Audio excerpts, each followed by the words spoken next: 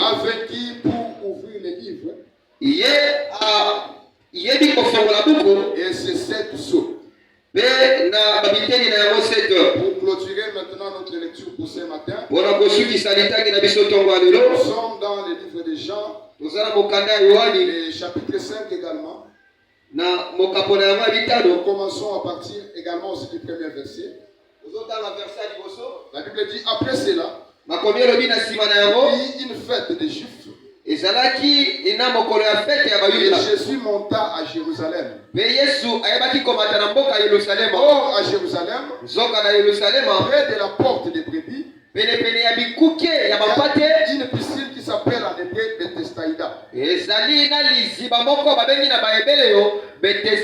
Et qui a 5 portiques. Sous ces portiques étaient couchés un grand nombre de malades, des aveugles, des boiteux et des paralytiques,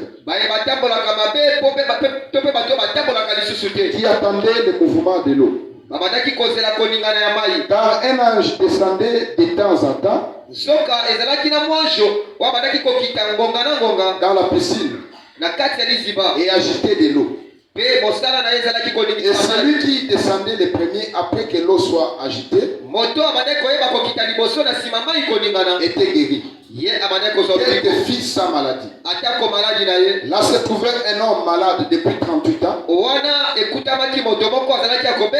Jésus l'ayant vu, sachant qu'il était malade depuis longtemps, lui dit, veux-tu être guéri? Le malade lui répondit, Seigneur, je n'ai personne pour me jeter dans la piscine quand l'eau est agitée. Et pendant que j'y vais, un autre descend avant moi. Lève-toi, lui dit Jésus, prends ton lit et marche. Aussitôt cet homme fut guéri, il prit son lit et marcha. C'était un jour de sabbat. Les Juifs dirent donc à celui qui avait été guéri, c'est le sabbat. Il n'était pas permis d'emporter ton lit. Quelqu'un peut acclamer très fort pour Alléluia. Amen. Amen, amen. Amen. Avant de commencer notre prédication pour ce matin, nous allons nous en quitter à certaines redevabilités. Dire merci à Dieu qui nous a protégés pendant tous ces moments. Et aussi qui t'a protégé afin que tu sois compté parmi les vivants. Nous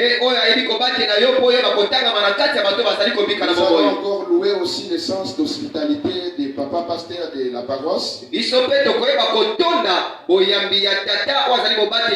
Parce qu'il n'est pas donné à tout le monde de recevoir celui que vous ne maîtrisez pas bien.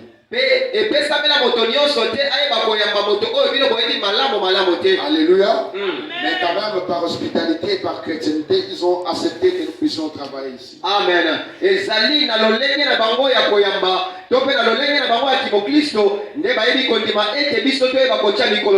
En leur disons vraiment merci d'un grand cœur. Amen, amen. Amen. Déjà, bien-aimés dans le Seigneur, aujourd'hui nous allons clôturer avec nos enseignements. On a commencé avec un terme qui s'intitulait la rédemption. Amen. Lorsqu'on parle de la rédemption, c'est le fait qu'on paye une rançon ou encore qu'on fasse un sacrifice afin que celui qui a été condamné soit libéré.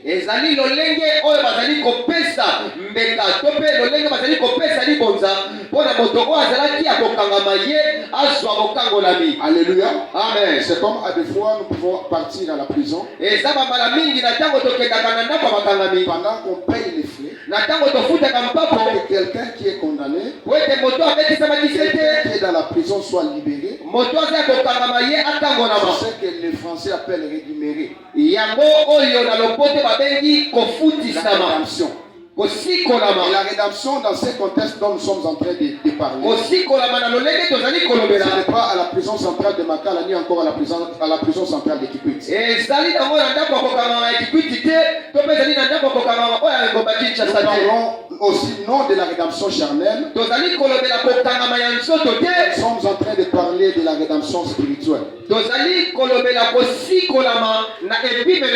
Autrefois, nous étions condamnés par les péchés d'Adam. L'homme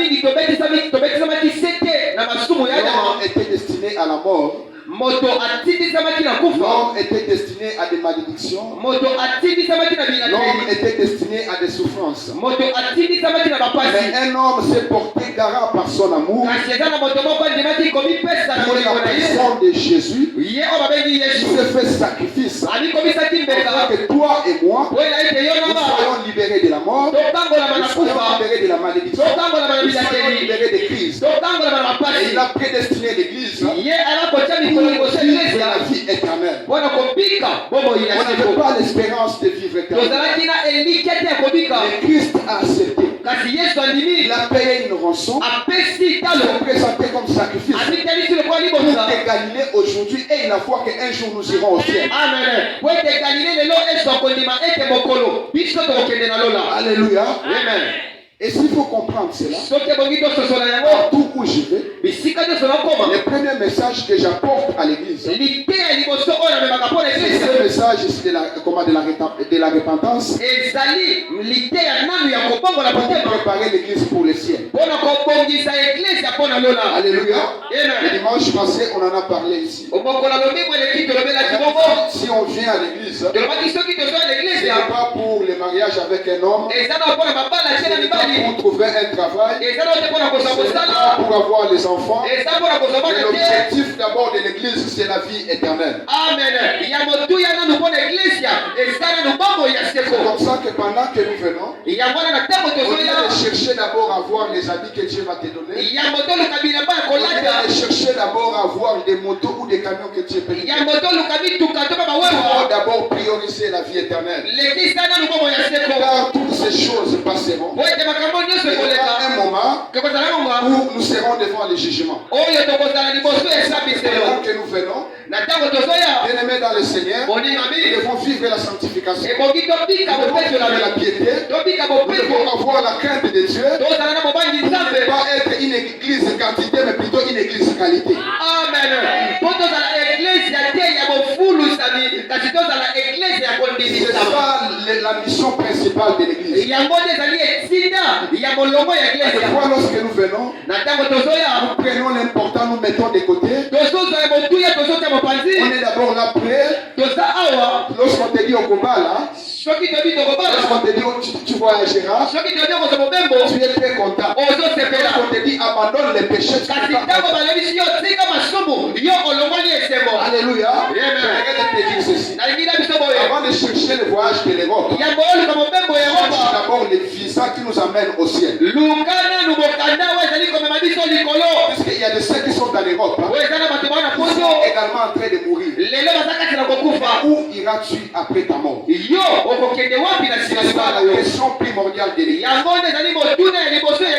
Que nous puissions d'abord rechercher la paix et la sanctification. Car sans cela, personne ne verra Dieu. Nous puissions d'abord chercher le royaume de Dieu et sa justice. Le mariage, les enfants, le travail nous seront donnés par-dessus.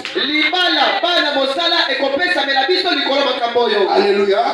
Ma joie sera que un jour je me retrouve avec Papa Chance au ciel.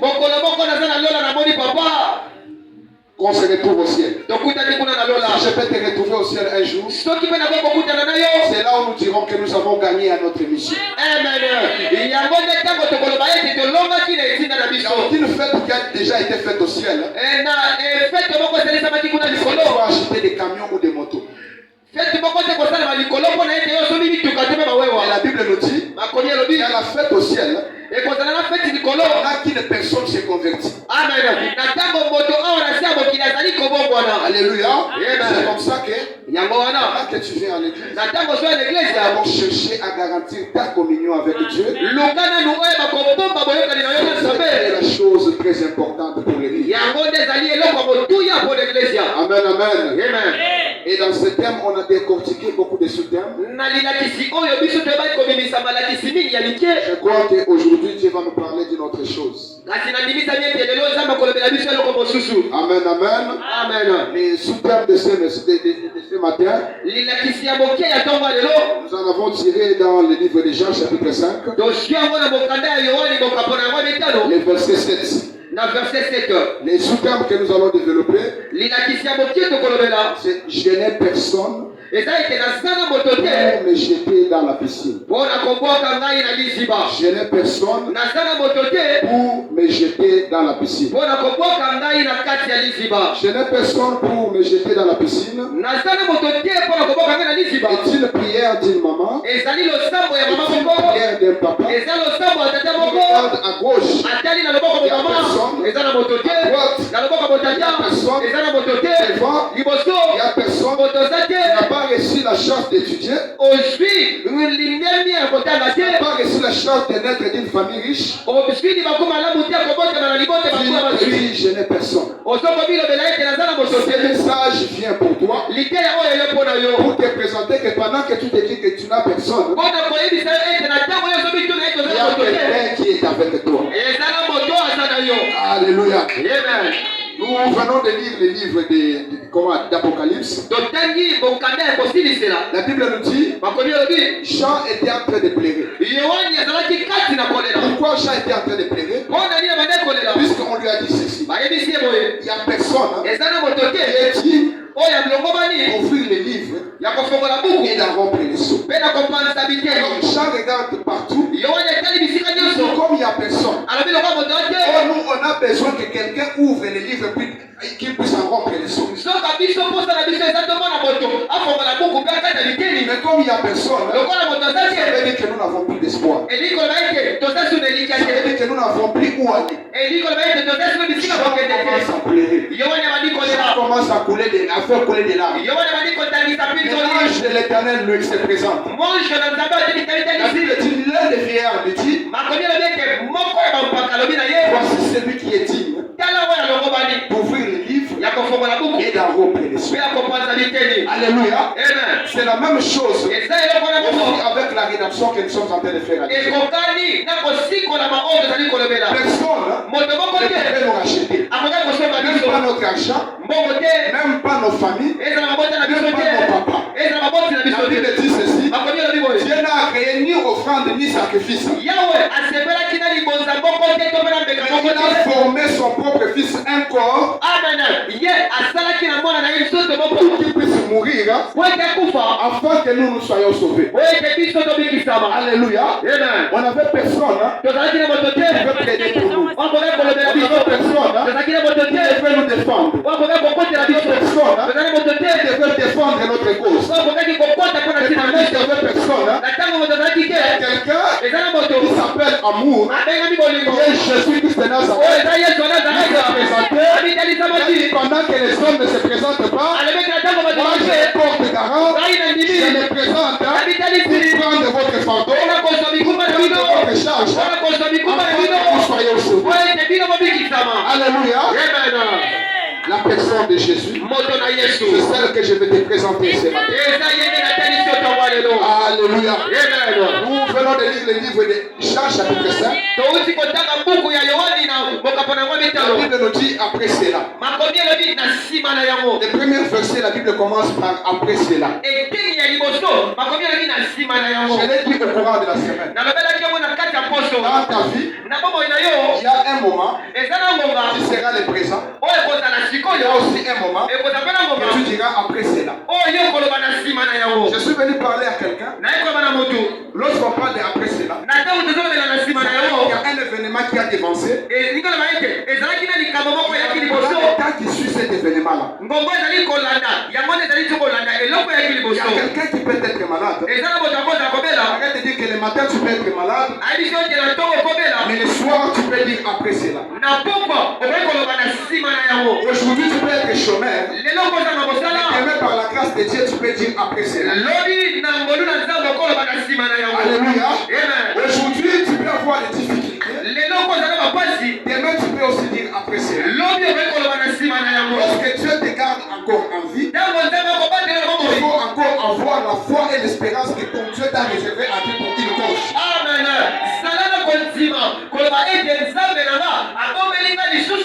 Alléluia. C'est vrai qu'aujourd'hui tu as un problème. Mais par la grâce de Dieu, tu peux aussi après cela. Aujourd'hui tu traverses des moments difficiles. Mais par la grâce de Dieu, tu peux aussi après cela. Qui te ronge la paix aujourd'hui, après cela. Les problèmes qui te dépassent aujourd'hui, mais tu peux aussi facilement dire après cela. Tu ne pas comme ça. Tu ne pas comme ça. Il y aura un moment que tu diras après cela. Il y aura un moment, ça sera une histoire à raconter. J'étais parti à l'hôpital. Il y a un médecin qui m'a suivi à l'hôpital. Et surtout, je dis après cela. Un jour, tu diras que j'étais chômeur. Je n'avais pas de travail. Et après, Dieu, par sa grâce, il m'a donné le travail. Et surtout, je dis après cela. Il y aura un moment, tu diras que j'ai perdu le papa. J'étais orphelin. Et le père des orphelins m'a pris en charge. Il m'a scolarisé. Il a payé mes factures. Aujourd'hui, je dis après cela. J'aimerais que Dieu te fasse aussi parler après cela dans ta vie. Amen. Et les problèmes qui te dérangent aujourd'hui deviennent une histoire que tu vas raconter aux hommes. Tu diras qu'il est difficile pour quelqu'un de se concevoir pendant qu'il n'a pas la matrice. La grâce de Dieu, aujourd'hui je dis après cela. Il est difficile selon la science que soit guéri du diabète. Mais par la grâce de Dieu, le diabète a libéré le corps. Et je dis après cela. De Jésus. Alléluia. Amen. Amen. Amen. Est-ce qu'on peut acclamer pour la gloire de Dieu? On peut acclamer pour la gloire de Dieu. Alléluia. Ne soyons pas seulement fixés dans le présent. Mais il y a aussi un futur. Si aujourd'hui Dieu ne te donne pas, il peut te donner demain. Si lundi ne te donne pas, il peut te donner encore. Si mardi ne te donne pas, il peut te donner. Laisse-moi te dire que ton Père est capable de faire la dernière minute. Mais pendant que ce sera le mois de décembre, il peut donner ta soif. Ne pas d'espoir. Pendant que notre rédacteur est là. Alléluia. Amen. Alléluia. Amen. Est-ce qu'on peut acclamer pour la Alléluia. Amen. Après cela, Jésus devait se rendre maintenant. Puisqu'il y avait une fête. Mais pendant qu'il y avait une fête, et que Jésus partait, il venait du près de la porte comme des brebis. Il y avait une piscine qui s'appelle en hébreu Bethsaïda. Près de cette piscine-là, il y avait un grand nombre de malades qui se couchaient. Il y avait des paralytiques. Il y avait des hommes autres qui avaient des maladies. La Bible dit ceci. Chaque fois, l'ange de l'Éternel descendait et agitait de l'eau. Après qu'il agitait de l'eau, la personne qui descendait en premier lieu, c'est celle qui était guérie. C'est ce que nous pouvons comprendre d'abord. Dans cette piscine, il y avait une loi. La loi, c'était par rapport à la priorité ou rapport à la personne qui tombe comme première personne dans la piscine.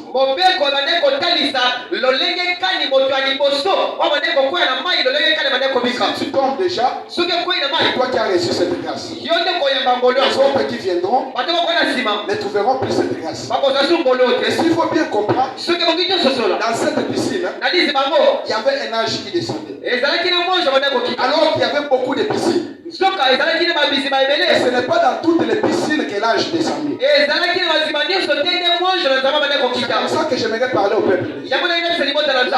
La piscine représente l'église. Il y a tellement d'églises. Il y a tellement de personnes qui parlent aussi de Jésus. Mais ce n'est pas partout où on parle de Jésus qui a réellement Jésus. Amen. Alléluia. Amen. Ce n'est pas partout où on parle de Jésus et que Jésus est là. Parce que lui-même a dit, il arrivera un moment où vous direz, j'ai témoigné à ton nom, j'ai fait miracle à ton nom, j'ai évangélisé à ton nom, je ne vous ai jamais connu, mais vous êtes aussi quand même dans l'église. Alléluia. Amen. Si vous avez la grâce de confesser Jésus ici, la vérité et réellement, il aura de gloire à Dieu. Alléluia. Amen. Échange plus de liens pour aller ici, aller là-bas, après de chercher Jésus. Jésus est ici, conviens seulement, et tu es la foi, et tu verras que Jésus se manifester dans toi. Alléluia. La Bible dit, dans le dernier moment, on vous dira que Jésus est ici. Il est là-bas. Il est là-bas. N'allez pas. Alléluia. Parce qu'on va te présenter un faux Jésus, une fausse doctrine qui va te tuer pour toute la vie. Amen.